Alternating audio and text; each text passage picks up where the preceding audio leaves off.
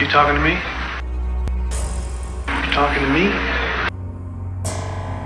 Well, I'm the only one here. What do you want from me? I'm standing here. You make the move. You make the move.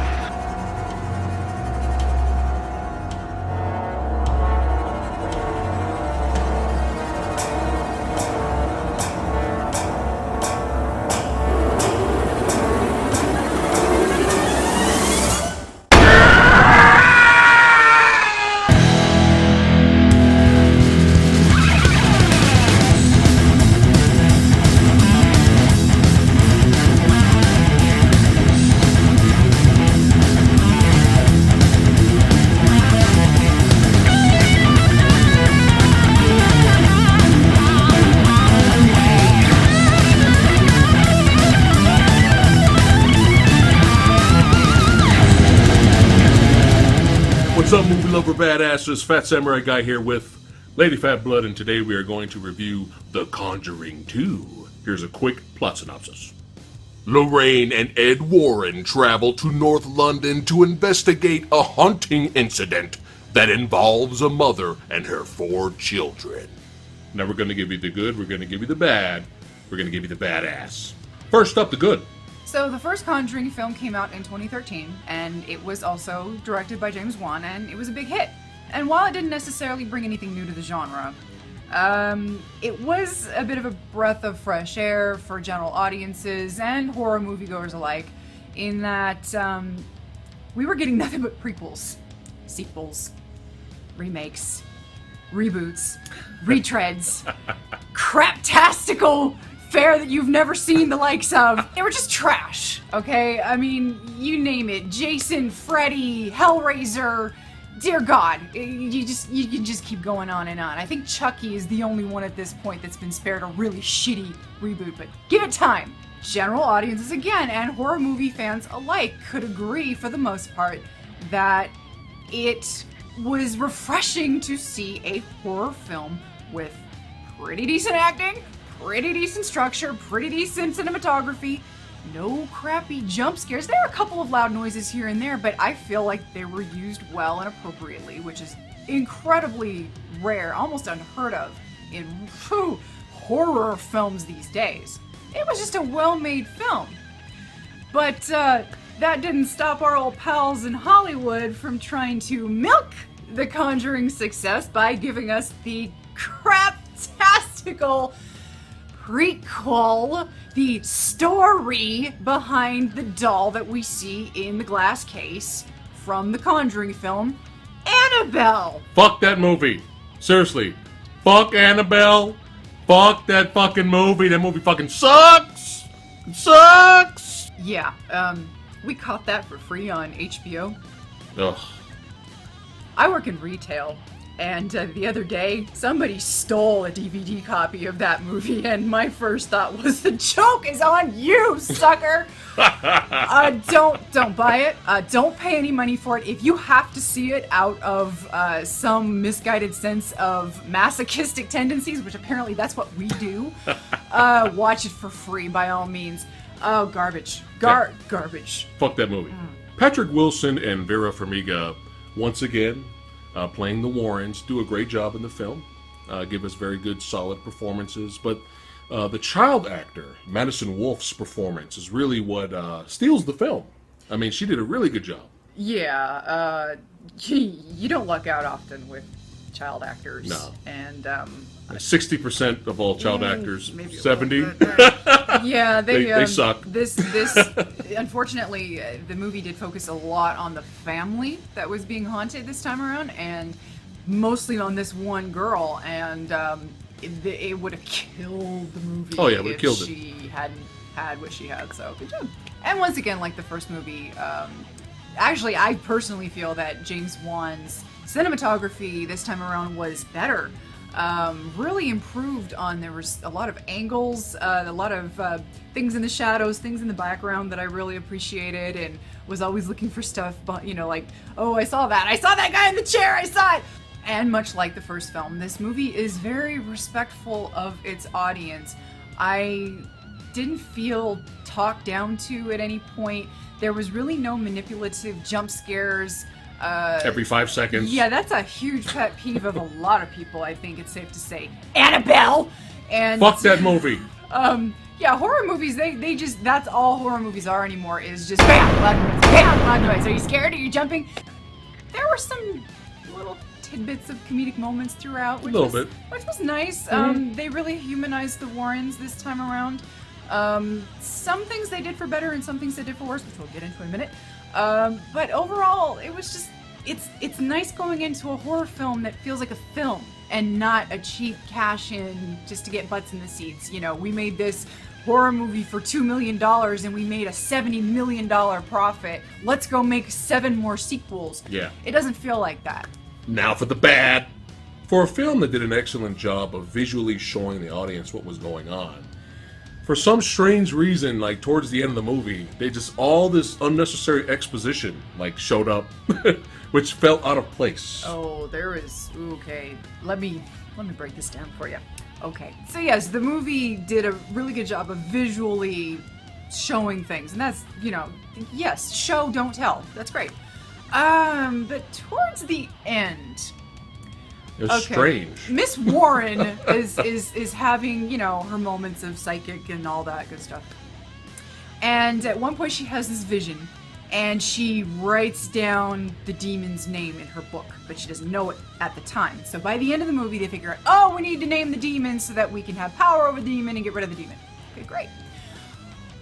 What they could very easily have done, if you had to, was have her remembering when she was doing all this crap in the book. But instead, she had to verbally tell the audience, she's literally speaking the words, what are you trying to tell me? What's your name? I know your name. I wrote it down in my book. I need my book. It was so bad. Like, I mean, what? And the thing Where did is, this come from? I'm not all for, you know, for flashbacks where you're being, you know, you're talking down to the audience and dumbing things down and saying, okay, well, you know, remember we set this up 40 minutes ago. You probably don't remember that. Ah ha ha. Well, I'm not normally a proponent for that. In this particular case, it would have been perfectly suitable, and they botched it right the hell up and just, yeah, we're just gonna tell you what's going on at this point because you've been sitting there for over 2 hours. Your ass is probably numb. You probably want a boost on out of here. So yeah, we're just gonna tell you what's going on. I'm surprised more wasn't added to that. I wrote it down in a book. It's in my trunk. I need to get my keys to open up the trunk. I'm surprised that didn't happen. And compared to the first movie, the Warrens are really not in this film that much, so that might be an issue for some people. And I'm sure that was done so that you can get to know the family that's being haunted a lot more. We can get some character development, which is fine, which is good, but the only bad thing about that is if you don't find the family interesting at all, then you might be a little bored. And as a minor nitpick, the movie felt a little long. It felt a little lengthy. It was still a good movie, but it just felt a little bit too long. Yeah, there were definitely some bits I felt personally they could have cut out, and you wouldn't have lost anything. And much like in the first movie where I felt at one point it really just kind of veered off course from the main story to cut back to the Warrens' daughter who's being haunted by this demon, and she, you know, the demon gets Annabelle out of the case and is holding the doll at one point. And the little girl is having her own side issues. She's just like, why should we care about that? We've barely met this girl. But in the sequel, what we get is they have this kind of subplot, I guess, where, okay, so Lorraine keeps having these visions that Ed is going to be killed. And the problem with that for me was that I didn't believe for a second that he was going to die. Okay? And this forced tension kept going throughout the movie. And it was kind of like, this isn't, I'm not, it's okay. And then they were also being a bit manipulative, but I guess it kind of worked out in the end. They were really trying to force the fact that these two really loved each other. And I think that was for the sake of, okay, well now we have to sympathize with Lorraine because she really loves Ed because he's this wonderful husband and he's always believed in her and they always believed in each other. Now I will say that the actors have pretty good chemistry, so they kind of made it work, and it was kind of sweet seeing them together, but it still felt a little manipulative. And now for the badass. The evil spirit itself was awesome. This thing was having way too much fun fucking with people. Having way too much fun, which made it fun for the audience. It was a great improvement over the first film's entity. I mean, this version was way more evil and way more malicious. AKA the painting sequence. Which we had so much fun watching that scene with an audience. It was with small, the theater crowd. It was a small audience. But it was still brilliant. There was at least like 15 people there. And it was just so much fun hearing how they were reacting to that scene. Oh, every time the entity would fuck with the family in like a big way. Yeah. Some people behind us and a couple people in front of us would start like audibly objecting. Yeah. But it was brilliant. It was so fun. They're like, oh no. Fuck that. It was fun. No, fuck that. Okay, so some people have taken issue with one of the forms that the entity takes. It does take a couple of different forms throughout the film.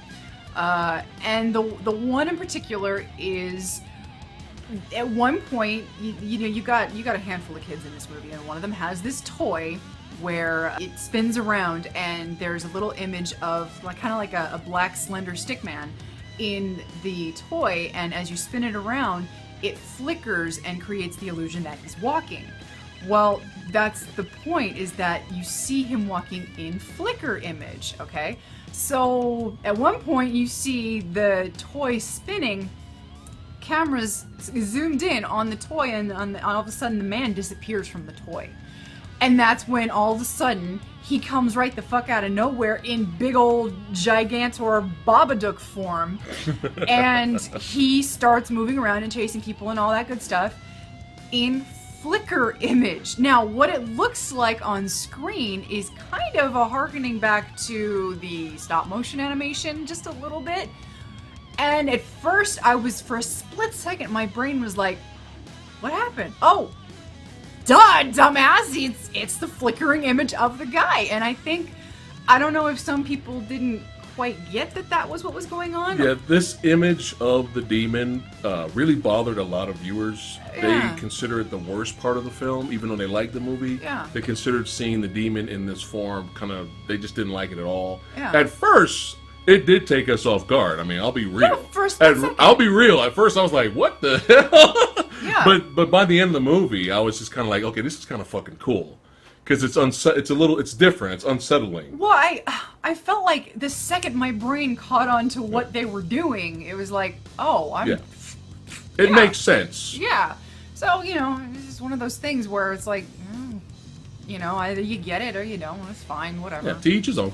So, overall, and a lot of people seems like they're kind of split on this one. Now, again, keeping in mind, I saw the second one before I saw the first one. I feel that they are both incredibly well made.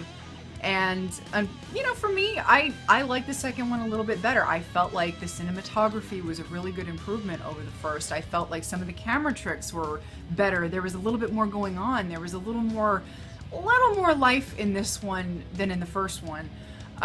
Yes, it was a little bit slower, and I guess that was the trade-off. And I liked it better. Now, my thing with horror movies, as much as I love horror movies, I apparently have come to realize, courtesy of that fat samurai guy here, that I apparently don't get scared. Nothing. And never. I mean, she never gets scared. That's not really true. I mean, some things unsettle me, of course, but I kind of feel like my days of getting legitimately scared by horror movies are kind of gone. Like when I first saw the first Nightmare on Elm Street film, there were some scenes in that I just couldn't look at. Like my 12-year-old eyes were like, nah, no. And so, but I'm a lot older than that now, and so things don't really bother me. I tend to like the ridiculous horror films. I like comedy horror films. And if you can give me a good, serious horror film, I'm all for it, but I'm not likely to get scared by it. But what that leaves me with is the opportunity to appreciate a well-made horror film. And I've heard some people say, well, I don't like horror films, I don't get scared by them, and I say, well, The Conjuring might be for you. Because at the end of the day, if you don't get scared by horror movies, but you like being told a good story, these are your films. They're very well made. They're pretty much, for the most part, respectful of their audience. The acting is nothing less than good at the very least. You go from good to really, really good, which for a horror film, Annabelle, you're not going to get much better than this. So I really recommend this. Just go in and have a good time. Just go in to enjoy yourself. Don't listen to all this. Well, Ed and Lorraine are charlatans. Fuck that. Just don't listen to all that. Okay, It's fiction. It's a debate. Okay, that's a debate, and ignore all the people are getting possessed in the theater and they're convulsing and they're gonna need a priest outside and bodies are disappearing. Fuck all that. Okay, It's silly. ridiculousness. It's silly. Just go and enjoy the film. So we give The Conjuring 2 4 out of 5 stars. Alright, that's it for today's episode. Let us know in the comments below what you guys thought of The Conjuring 2. We'd like to thank all you guys for watching. You guys rock. We'll see you next time. Fuck Annabelle! Like, share, subscribe! Like, share, subscribe!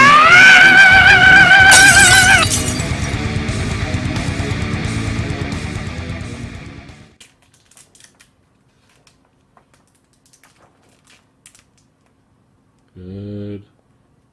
And now come forward fast. Wait.